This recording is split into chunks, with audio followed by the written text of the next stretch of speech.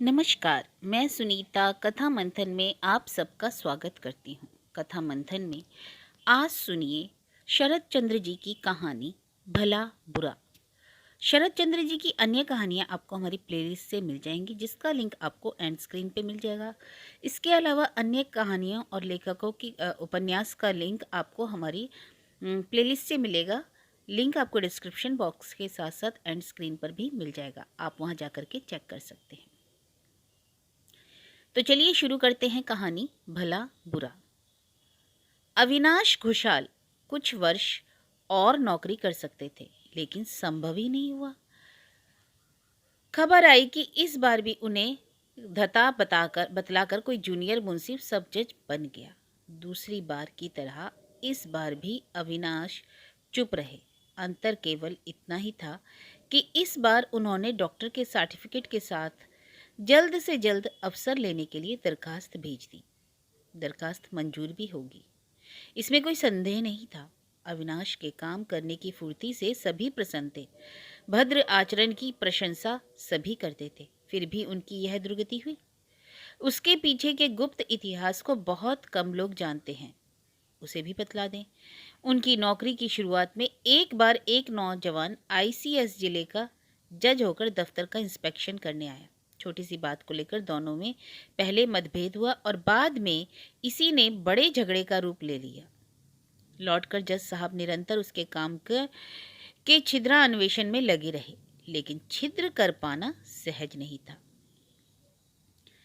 जज साहब इससे तनिक प्रसन्न नहीं हुए। उनके फैसले को काट कर देखा कि हाई कोर्ट में वह नहीं टिकता और खुद ही अधिक लज्जित होना पड़ता है। तबादले का समय हो गया था। अविनाश दूसरे जिले में चले गए, लेकिन जज से मुलाकात करके नहीं गए। श्रद्धा निवेदन की प्रचलित रीति में उनसे बहुत बड़ी त्रुटि हुई। इसके बाद कितने ही साल बीत गए। बात को अविनाश भूल गए थे, मगर वह नहीं भूले थे, इसका प्रमाण मिला कुछ दिन पहले। वह नौजवान जज अब हाई कोर्ट में आए हैं, मुंसिफ वगैरह के विधाता बनकर। अविनाश सीनियर आदमी था, वह काम के लिए काफी मशहूर भी था। उनकी उन्नति का पथ संपूर्ण रूप से बाधाहीन था। अचानक देखा गया कि उनकी जगह नीचे का आदमी सब जज हो गया और मामला यहीं खत्म नहीं हुआ। एक एक करके और भी 3 आदमी उसे पीछे छोड़कर आगे बढ़ गए थे। जो लोग नहीं जानते वे कहेंगे कि कहीं ऐसा भी होता है। अरे यह तो सरकारी नौकरी है और उस पर इतनी बड़ी नौकरी। यह का काजियों का जमाना है। लेकिन अनुभवी कहेंगे उससे भी ज्यादा ज्यादतियां होती हैं। अतएव अविनाश मन ही मन समझ गई कि अब इससे छुटकारा नहीं। आत्मसम्मान और नौकरी, इन दो नाव पर पैर नहीं रखा जा सकता। दोनों में से एक को चुनना होगा। उसी बात को इस बार उन्होंने पूरा किया। परिवार में अविनाश की भार्या आलोकलता, आईए फेल, पुत्र हिमांशु और कन्या शाश्वती, यही 3 प्राणी थे। नौकर नौकरानियों की संख्या इतनी थी कि अनगिनत कहा जाए तो अतिशयोक्ति नहीं होगी।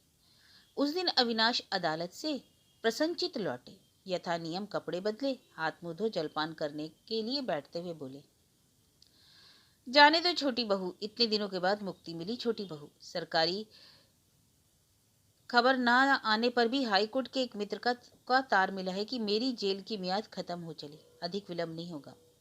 नहीं होगा विलंब, इस बात को खुद ही जानता था।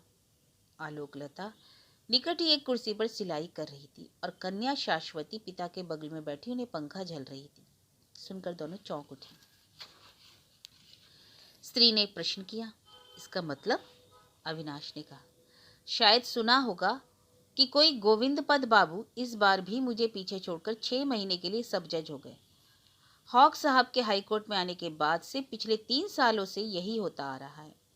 मैंने एक शब्द भी नहीं कहा। सोचा था कि अपने अन्याय को किसी दिन वह खुद समझेंगे, लेकिन देखा यह नहीं होने का। कम से कम उस आदमी के रहते दम तक तो नहीं। अविचार को इतने दिनों तक सहता रहा, लेकिन अब सहन करने से मनुष्यत्व ही नहीं रहेगा।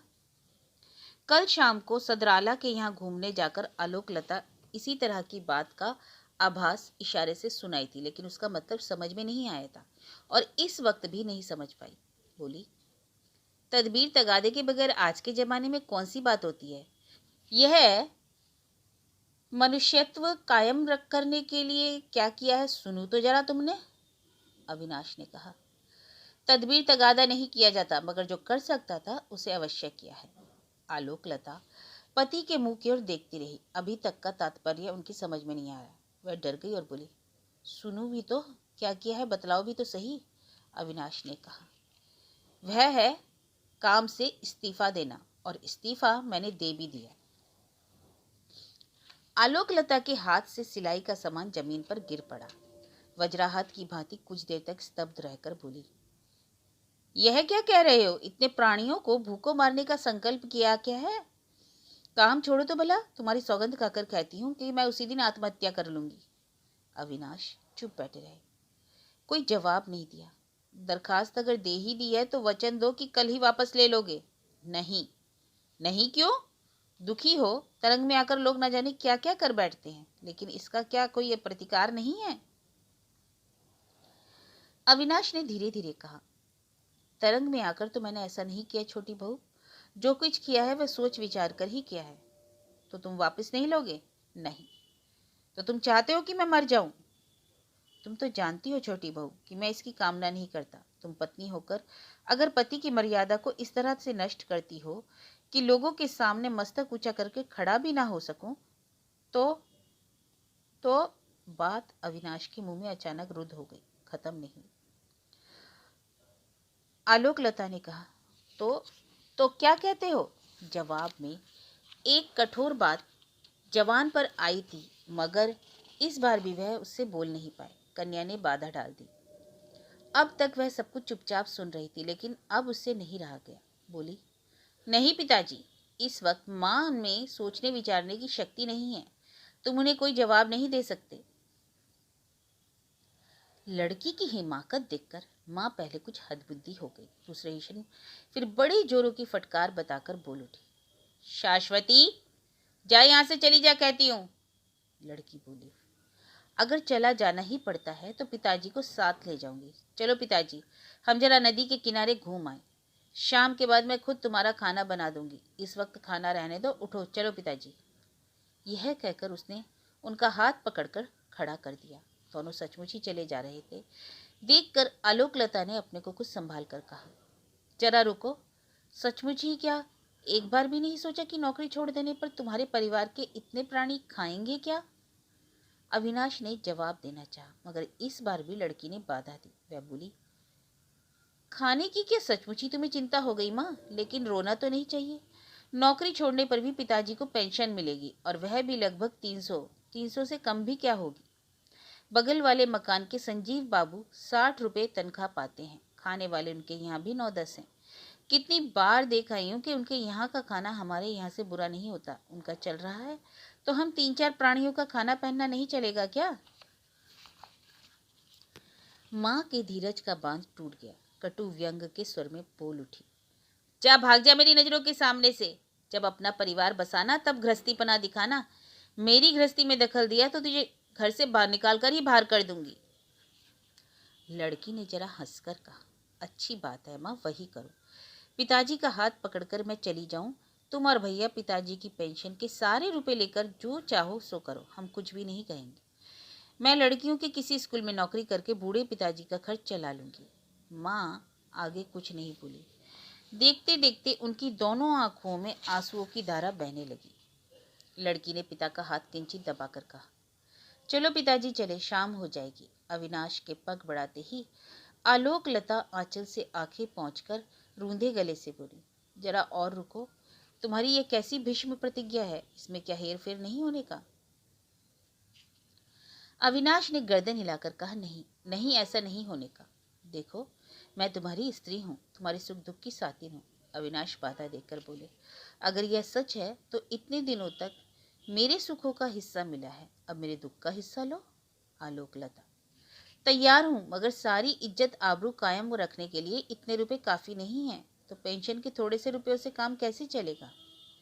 अविनाश, इज्जत आबरू का मतलब अगर अमीरी ठाठ समझ रखा है तो नहीं होने का, इसे मानता हूँ। नहीं तो यूं संजीव बाबू का भी चल जाता है। लेकिन तुम्हारी लड़की 19-20 की हो गई है, उसका ब्याह कब करोगे? माँ की समस्या का समाधान किया शाश्वती ने। बोली, माँ मेरे ब्याह की तुम चिंता ना करो। अगर सोचना ही चाहती हो तो यह सोचो कि संजीव बाबू ने दो बेटियों का विवाह कैसे किया। जवाब सुनकर माँ का धीरज फिर टूटा। सजल आंखें तृप्त हो उठी और रूंधे गले का स्वर पंचम पर पहुंच गया और बोली, शाश्वती मुंह जली, मेरी नजरों के सामने से अब हटती क्यों नहीं? जा हट जा, कह देती हूँ। जाती हूँ, चलो ना पिताजी। बगल वाले कमरे में हिमांशु कविता करने में लगा हुआ था। IA परीक्षा के तीसरे प्रयास में अब भी कुछ देर है। उसकी कविताएं वातायन पत्रिका में छपती हैं, दूसरी कोई पत्रिका लेती ही नहीं। वातायन संपादक उत्साहित करते हुए चिट्ठी लिखते हैं,